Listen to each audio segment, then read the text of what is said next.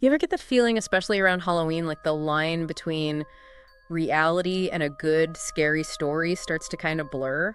Yeah? Well, buckle up because today's deep dive has taken us straight into 13 real-life horror stories ripped from the headlines. Yeah, and these aren't your average campfire tales either. Right. We're talking unexplained creatures, chilling mysteries and events so strange they'd make even the biggest skeptic, I think, sleep with the lights on. Oh, absolutely. Yeah. We're diving headfirst into 13 terrifying but true horror stories reported in the news. Okay. And let me tell you, the title does not exaggerate. Mhm. What I find so unsettling about these stories is that they happen to real people. Right. And often there's no explanation. It's the unknown that really gets under our skin, isn't it? Yeah. That lingering sense of unease, the feeling that something isn't quite right. Exactly. And speaking of things not being quite right, Okay. let's start with a story that's practically in our backyard for many listeners. Okay. The Enfield Monster. Imagine a small town buzzing with rumors of a bizarre creature on the loose. Yeah. Right? Yeah. 1973, Okay. Mount Vernon Register News. Okay. Their report reads like something straight out of a creature feature. Yeah.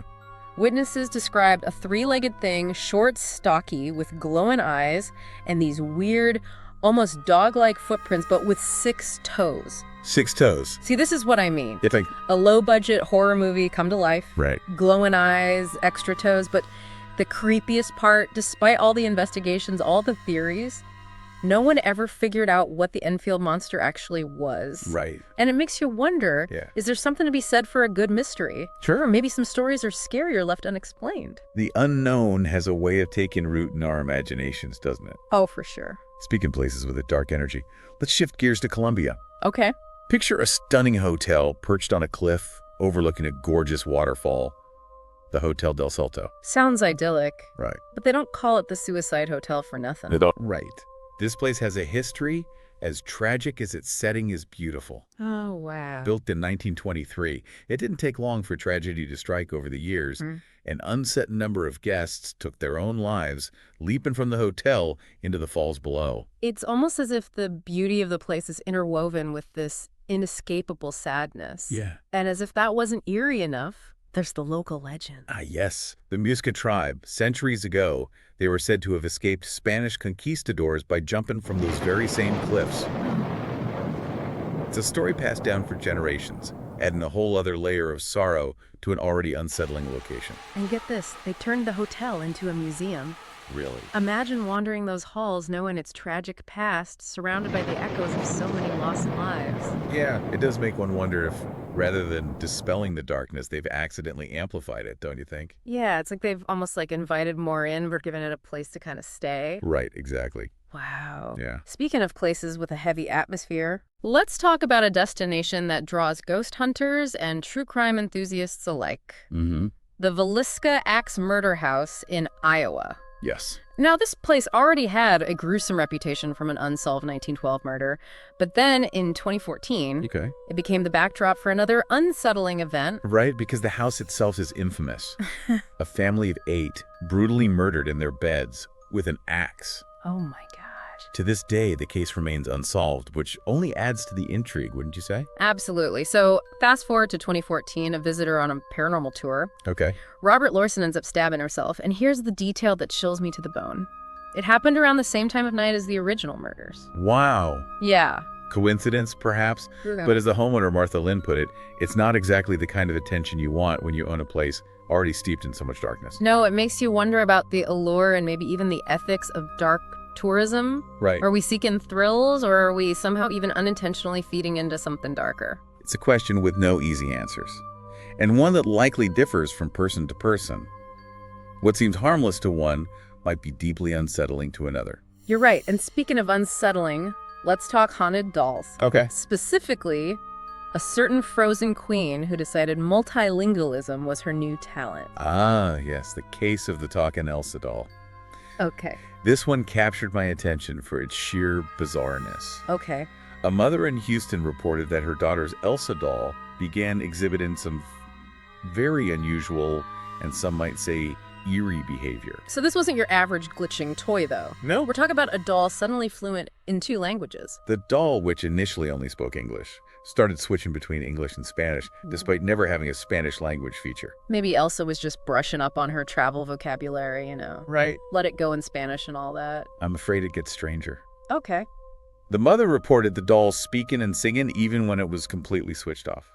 Oh, okay, now that's just creepy. Yeah. They tried to get rid of it, right? Like, what do you even do with a haunted Elsa doll? They threw it away, Okay. only to find it back in their home. They even mailed it to a friend What? who, and I can't make this up, taped it to his truck's bumper and drove away with it. Oh my gosh. Its current whereabouts to this day remain a mystery. Wow, that's one way to ensure a silent road trip, I guess. Right. But on a more serious note, sometimes what seems like harmless fun can take a sinister turn. Yeah. Which brings us to a case that's both tragic and deeply unsettling. Okay. The case of Kennedy Ife. This is a difficult one. Yeah. This story highlights the tragic consequences that can arise when unusual behavior is misunderstood and attributed to the supernatural. Right, and we want to approach this with the sensitivity it deserves. Of course. It's a tragedy on many levels, and while we're going to delve into the details, we also want to be mindful of the very real human suffering at its heart. Absolutely. So Kennedy Ife, a young man, began acting erratically. Yes. His family, convinced he was possessed, restrained him, attempting to cure him through prayer. And tragically, he died during this. Yes. It's a stark reminder that mental health is just as real as any physical ailment. Right. And sometimes what might appear supernatural is a desperate cry for help. Yes. And the trial that followed revealed that while the family acted out of a place of sincere belief, their actions led to a devastating and entirely preventable loss of life. It really makes you think twice about things, doesn't it? It does. It really does. And, you know, it's a harsh reminder that even with the best intentions, right, our beliefs can have unintended and sometimes tragic consequences. Absolutely. It really underscores the importance of seeking professional help in those situations that just seem beyond our understanding. Right. You know, so moving from one extreme belief to another, our next story is like something out of folklore nightmare. Okay. The Bretzus family and their discovery of well-dead animals in their walls. Oh, yeah. This one takes us into the realm of folk magic, specifically Pennsylvania Dutch country. Imagine being the Bretzus family. You start renovating your home, right? You're tearing down walls and outspill newspapers from the 1930s, 40s. Okay, that's a little weird, but kind of cool, right? Yeah. It's like finding a time capsule. You'd think so until you realize those old newspapers are mixed in with dozens of dead animals, birds, snakes, you name it. Oh, that's officially crossed over into nope, not touching that territory. Right. But there's more to it, isn't there? This wasn't just some random act of animal horde. Exactly. Experts believe it was all part of a ritual, something called powwow magic, or brochure, practiced by some Pennsylvania Dutch communities. Powwow magic. So we're talking about actual spells and incantations here. It's a blend of folk traditions, herbal remedies, and rituals passed down through generations. Mm-hmm. Practitioners believe they can influence health, ward off evil, that sort of thing. So the theory is someone performed a ritual using these animals, and it somehow ended up sealed inside the walls of this house. That's the prevailing theory. Well, we might be quick to dismiss it as superstition for the Bretzus family. It was their reality. Right. And to make matters worse, Yeah. the mold from the decomposing animals made them sick. Oh, no. Are you serious? Talk about a home renovation nightmare. Yeah, that's like a double whammy of unsettlement and just unhealthy. It's a stark reminder that beliefs and practices we might not understand can have very tangible consequences. Right. It's a call for both curiosity and respect, I think, when encountering the unknown. Absolutely. And on that note, let's turn to a case that reminds us that darkness can lurk even in the most seemingly ordinary places. Okay. Danielle Harkins, a Florida schoolteacher, was accused of something truly horrifying, harming her students as part of a ritual. Yeah, this 2012 case sent chills through the community near St. Petersburg. Harkins was accused of convincing her students that a disturbing ritual was necessary to release evil spirits. So court reports she gathered 7 teenagers near the pier and allegedly told them to cut themselves, claiming this would release the evil. Right. But it gets worse. It does. She's then accused of using a lighter and perfume to burn their wounds, Oh my God. claiming it would prevent those spirits from returning. Wow. One student even suffered second-degree burns. That's beyond disturbing. Yeah. And what's even more baffling is that when questioned, Harkins refused to explain her actions or her beliefs. It's a chilling example of how someone in a position of trust A teacher, no less, can betray that trust in the most horrific ways. It reminds us that evil can wear many faces. It can, and that sometimes the most unsettling things happen where we least expect them. Speaking of the unexpected, let's talk about Elisa Lam. Okay. This case has it all: a disappearance, eerie footage, and a hotel with a past as dark as its hallways. Right, the Cecil Hotel in downtown Los Angeles. Yes. It's almost as famous for its unsettlement history as it is for its architecture. Over the decades, it's been linked to suicides, murders, unexplained events. It's almost as if the building itself has a dark aura. It really does, and that's what makes Elisa Lam's story so captivating and so unsettling. She was young on vacation, blogging about her travels while staying at the Cecil. Then in January of 2013, she vanished. And the only clue was this bizarre security footage from one of the hotel's elevators. Right. She's pressing all the buttons, looking around nervously, even seeming to talk to someone who isn't there. It's the kind of footage that makes you wonder if somebody tampered with it, except it's real. Right. And then guests start complaining about the water. The water pressure, the taste, it was all wrong. Oh, no. And tragically, that's where they found Elisa's body, in one of the hotel's water tanks. The way the hotel itself played a part in the discovery, maybe even in her death, is what makes it truly haunting. Yeah. It's a reminder that even in a bustling city like LA, darkness can lurk just around the corner. And that sometimes those dark currents can drag us under when we least expect it. Speaking of being dragged into darkness, let's delve into the case of LaToya Ammons and her family, a case where reality seemed to mirror a Hollywood horror film. This story, documented in the Indianapolis Star, is one of alleged demonic possession. But here's the truly unsettling part. Officials who were directly involved corroborated many of the details. This wasn't just a family claiming to hear bumps in the night. We're talking multiple witnesses, police officers and social workers among them, who reported seeing unexplainable events. And these events centered around LaToya's 3 young children. We're talking superhuman strength levitation, speaking in voices that weren't their own. One report describes LaToya's 9-year-old son defy gravity, walking backwards up a wall while holding his grandmother's hand. Okay, I don't care how strong you are, that's just not physically possible. And then there was LaToya's 12-year-old daughter, who described being attacked by unseen forces, choked, held down, tormented by voices only she could hear. It's enough to make you wonder if some families are just more susceptible to those kinds of dark energies. It's a question that has haunted humanity for centuries, hasn't it? Right. What forces seen and unseen are at play in our lives, and are we merely players in a game we don't fully comprehend? Big questions indeed. And speaking of unsettling influences, our next story takes us to Utah, where a chilling murder-suicide reveals the devastating consequences of unchecked obsession and apocalyptic fears. In 2014, a Utah teenager came home to a scene no one should ever have to witness: his entire family.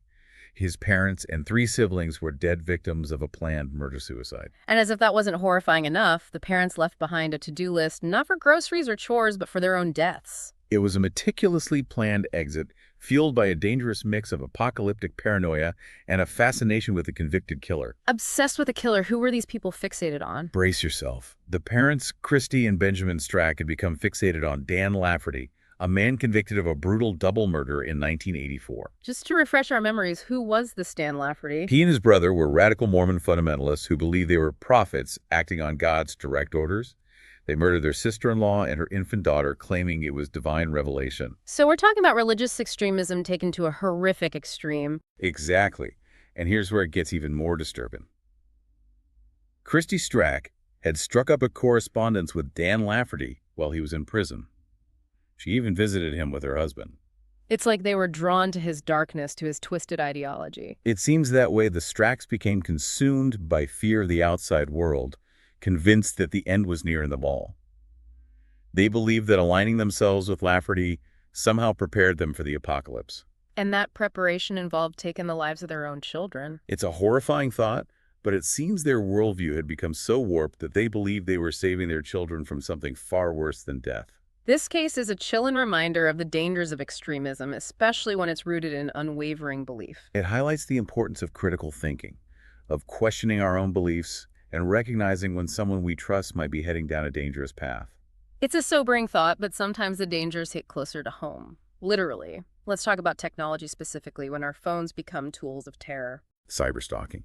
It's a chilling reminder that in our digital age, the things we rely on most can be turned against us. Back in 2007, the Quickendall family from Washington state found themselves living this nightmare, becoming the targets of a relentless phone stalker. And this wasn't just your average prank calls. We're talking specific death threats calls at all hours. Yeah. And a level of personal detail that sent shivers down their spines. This stalker knew everything about them, their names, their schedules, even what they were wearing. Imagine answering the phone and having a stranger describe your outfit. It's a complete invasion of privacy, stripping away your sense of safety and security. And here's the really creepy part.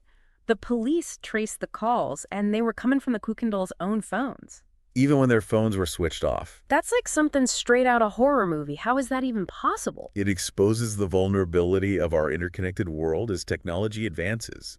So do the ways in which it can be used against us. This definitely makes you want to put your phone on airplane mode. Speaking of places that might make you want to disconnect from the world entirely. Let's talk about the infamous Watcher House. This story captivated the nation, not just for its creepy details, but because it happened to a family seeking the American dream, only to have it turn into a nightmare. Imagine this. You've just moved into your dream home. A beautiful house in a perfect neighborhood. Life is good. Or so you thought. Shortly after moving in, this family starts receiving handwritten letters. From an anonymous sender who calls themselves the Watcher. Okay. And these weren't your neighborly welcome to the neighborhood kind of letters. Oh, no, these were next level creepy, weren't they? What kind of things were in these letters? These letters were filled with threats, unsettlement, personal details about the family, and this disturbing obsession with the house and its new occupants. Like they own the place and the family were the intruders. Exactly. The Watcher claimed to have been watching the house for decades, knew the names of the family members, and even referred to their children as young blood. Okay, now that sends chills down my spine. Did they ever figure out who the Watcher was? Nope. Despite investigations and a media frenzy, the identity of the Watcher remains a mystery. The family ultimately moved out, unable to live with the constant fear and uncertainty. It's a stark reminder that sometimes the most unsettling mysteries are the ones left unsolved, the ones that make us question what lurks just beyond the veil of the ordinary. And sometimes what lurks beyond that veil is deeply disturbing, even depraved. Which brings us to the case of Issei Sagawa, a name synonymous with the darkness few can comprehend. This is a tough one to discuss, even for a show like ours. Right. Issei Sagawa, the cannibal celebrity, it's a case that forces us to confront the darkest aspects of human nature. It's a case that really tests the limits of our understanding of what drives someone to commit such a horrific act. So who was Issei Sagawa? What led him down this unimaginable path? In 1981, Sagawa was a student in Paris when he murdered and cannibalized a fellow student, Renee Hartefeld. He didn't just kill her, he ate her. That's not a horror movie trope, that's real life. As horrifying as it seems, yes, Sagawa later described his actions in graphic detail, even writing a book about his crimes. It's almost beyond comprehension to not only commit such a horrific act, but to then revel in it, to profit from it. And that's what makes this case even more disturbing. Sagawa, due to a series of legal technicalities, was never fully held accountable for his crimes. Wait, he was never punished for murder? He was initially deemed unfit to stand trial in France and was deported back to Japan. Japanese authorities decided not to pursue charges, citing insufficient evidence. So he walked free. He did, and it gets even more unsettling. Sagawa became a minor celebrity in Japan, given interviews, appearing on television, even continuing to write. A cannibal, a murderer, a celebrity, it's beyond comprehension. It's a case that forces us to ask difficult questions about justice, about our fascination with the macabre, about the line between sanity and madness. It's a chilling thought, isn't it, that sometimes the most unsettlement stories are the ones that leave us with more questions than answers. Yeah. We can delve into the details, examine the evidence, but some mysteries just linger. And that's what makes these real-life horror stories so compelling and so very unsettling. It's the unknown that really gets under our skin. Yeah. The feeling that maybe, just maybe, the world is a little darker, a little less predictable than we'd like to believe. It's like looking into a mirror, isn't it? Yeah. We're fascinated by these stories, by these glimpses into the darker side of humanity, because they force us to confront our own vulnerabilities, our own fears. We crave the comfort of explanations, of logic, of order.